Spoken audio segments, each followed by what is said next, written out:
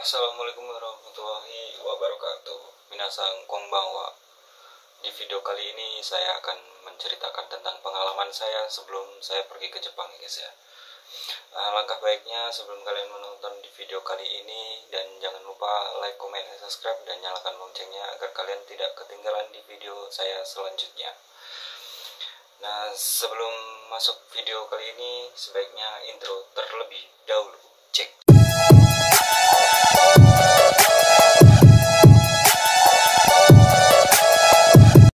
Nah, di video kali ini saya akan membagikan cerita tentang pengalaman saya dulu sebelum masuk ke LPK Jepang dan belum masuk ke Jepang guys ya. Nah, sebelum itu pada tahun 2016 saya lulus SMK. Nah, setelah lulus SMK, saya itu bingung ingin kerja di Indonesia, ingin kerja yang seperti apa, atau ingin cari kerja di mana, itu dulu masih sempat bingung guys ya. Dan kebetulan setelah setahun menganggur di Indonesia, saya ditawarin dari pihak sekolahan SMK dulu saya, nah itu untuk mengikuti LPK bahasa Jepang di daerah Ungaran ya guys ya, Ungaran, daerah Semarang guys ya. Pada tahun 2017 saya mengikuti LPK di Ungaran, belajar selama 4 bulan. Nah, pada saat itu saya belajar selama 4 bulan itu masih di LPK kecil ya guys ya, belum bisa pemberangkatan ke Jepang ya guys, masih LPK pembelajaran saja. Setelah itu saya selama belajar selama 4 bulan, saya itu belum ada niatan sama sekali untuk belajar, karena masih untuk belajar bahasa Jepang atau belajar itu masih sangat males sekali ya guys ya. Nah, setelah itu saya udah selesai selama 4 bulan belajar di daerah LPK daerah Semarang Ungaran ya guys ya. Itu selama 4 bulan udah selesai, dan akhirnya saya setelah itu pulang ke rumah saya tinggal ya guys ya. Setelah saya pulang ke tempat tinggal saya di daerah Kendal, dan akhirnya berapa bulan kemudian ada tawaran wawancara kepada LPK yang sudah mempunyai SO guys, dan saya dipanggil dari LPK saya dari Ungaran. Setelah itu saya disuruh mengikuti wawancara seleksi di daerah Solo, yaitu kita wawancara kepada yang LPK punya SO ya guys ya, yang bisa memberangkatkan kita ke Jepang. Nah, setelah saya menyetujui untuk mengikuti tes wawancara di LPK SO di daerah Solo itu, saya menyetujui, dan ternyata setelah menyetujui itu dan saya wawancara ke Solo, dan ternyata di situ sebelum dapat kontrak saya disuruh membayar sebesar 45 juta, tetapi belum mendapatkan kontrak kerja sama sekali ya guys ya. Nah, terus setelah itu saya murung guys, uang dari mana saya 45 juta itu. Terus saya konfirmasi kepada orang tua di Indonesia, dan saya ngabari kepada orang tua, gimana kok ini sebelum dapat kontrak kok, saya bilang kepada orang tua ya guys ya, gimana ini sebelum dapat kontrak kok kita sudah disuruh bayar 45 juta, itu apakah sanggup atau tidak gitu kan. Saya ngomong sama orang tua saya. Setelah itu saya dan orang tua saya memutuskan untuk tidak mengikutinya guys, dikarenakan 45 juta itu uang yang sangat besar ya guys. Dan singkat ceritanya, saya sudah tidak mengikuti seleksi itu.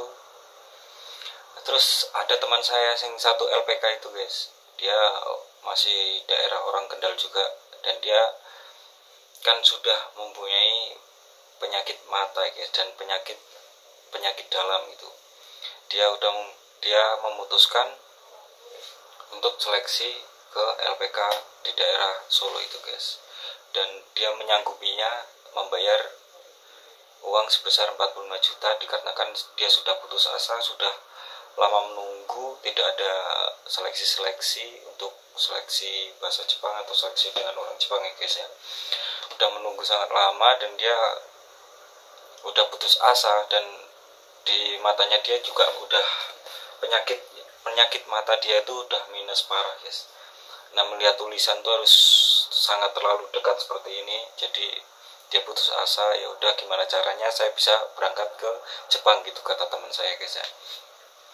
Dan singkat cerita, akhirnya setelah itu saya dengan teman saya mengikuti LPK di daerah Purbalingga, yaitu selama 2 bulan ya guys. Kita belajar di situ dikarenakan yang di Solo itu kita menunggu sebelum, karena saya dan LPK dari Ungaran itu, saya bilang sama sensei dari LPK di Ungaran itu, saya menyanggupi bayar 45 juta, tetapi setelah kita tanda tangan kontrak dan ada persetujuan dari LPK situ guys ya, dan ternyata ada negosiasinya juga. Nah, setelah itu saya itu diikutkan di LPK di Purbalingga untuk belajar sementara. Jadi saya itu belum bisa masuk di LPK di Solo dikarenakan saya belum bayar uang sebesar 45 juta guys. Setelah itu saya mengikutinya arahan dari sensei saya itu pergi ke Purbalingga untuk mengikuti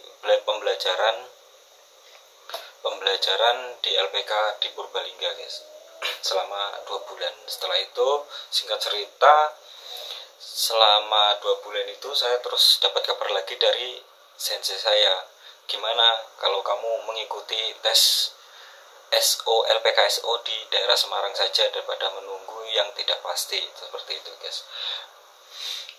Ya, kebetulan saya ya udah nggak apa-apa, tetapi saya langsung memutuskan untuk ya udah nggak apa-apa, saya mengikuti tes seleksi di LPK SO Semarang ya guys ya, yaitu namanya LPK Bina Nuswantara guys. Setelah itu saya berangkat ke daerah Semarang, dari Purbalingga saya berangkat ke daerah Semarang. Setelah itu saya bertemu dengan sensei saya juga di Semarang. Setelah itu saya mendatangi LPK-nya di situ dan saya wawancara, ditanya segala macam ya guys, apa tujuan ke Jepang, dan ditanya tentang untuk apa kerja ke Jepang dan segala macam seperti itu ya guys, dengan kepala LPK di daerah Semarang yang SO itu ya guys ya. Setelah itu sekian lama setelah itu di bulan berapa itu saya lupa, bulan 3 atau enggak bulan 2 2017 itu guys, atau 2018 kalau nggak salah, 2018 ya, kira-kira 2018 lah sekian. Setelah itu saya mengikuti pembelajaran di LPK itu selama 4 bulan, dan setelah itu saya menunggu lagi kapan saya dapat kontrak ya. Saya masih berdoa dan untuk tidak patah semangat untuk belajarnya guys ya. Setelah itu saya pulang di rumah, di tempat tinggal saya sambil menunggu ada job yang menawarkan saya untuk ke Jepang ya guys ya. Dan saya itu menunggu di rumah selama beberapa bulan, karena saya memasuki LPK itu dari 2017 bulan 3 sampai 2017 bulan 7 kalau nggak salah ya guys. Intinya saya belajar di LPK Semarang yang punya SO itu selama 4 bulan guys. Setelah itu saya menunggu dari bulan 7 itu sampai 2018 sampai 2019 ya guys ya. Itu saya menunggu dan tidak ada kabar dan tidak ada seleksi atau wawancara dengan orang Jepang atau job-job yang menawarkan di LPK situ ya guys ya. Nah, kebetulan dari senpaiku yang kerja di sini itu, dari senpaiku yang sekarang guys, dulu itu dia mempunyai keponakan. Nah, saya dapat cerita dari LPK saya juga. Dia mempunyai keponakan, yaitu untuk dimasukkan di job perusahaan yang sekarang saya kerja ya guys ya. Yaitu setelah itu sekian lama, ada 2 bulan atau 3 bulan itu dapat kabar lagi, ternyata keponakannya tidak jadi berangkat, dan alhasil saya ditawarin kepada kepala LPK yang di Semarang itu, ditawarin untuk masuk ke job situ guys.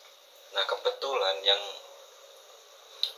sekolahnya dulu, sekolah di SMK-nya dulu di permesinan atau mesin bubut itu, kebetulan satu LPK itu cuma saya saja, dan alhamdulillah saya ditawarin di job pabrik mesin bubut di Jepang ya guys ya. Setelah itu pada tahun 2019 bulan 2 saya ditawarin, dan setelah itu saya menunggu 1 bulan.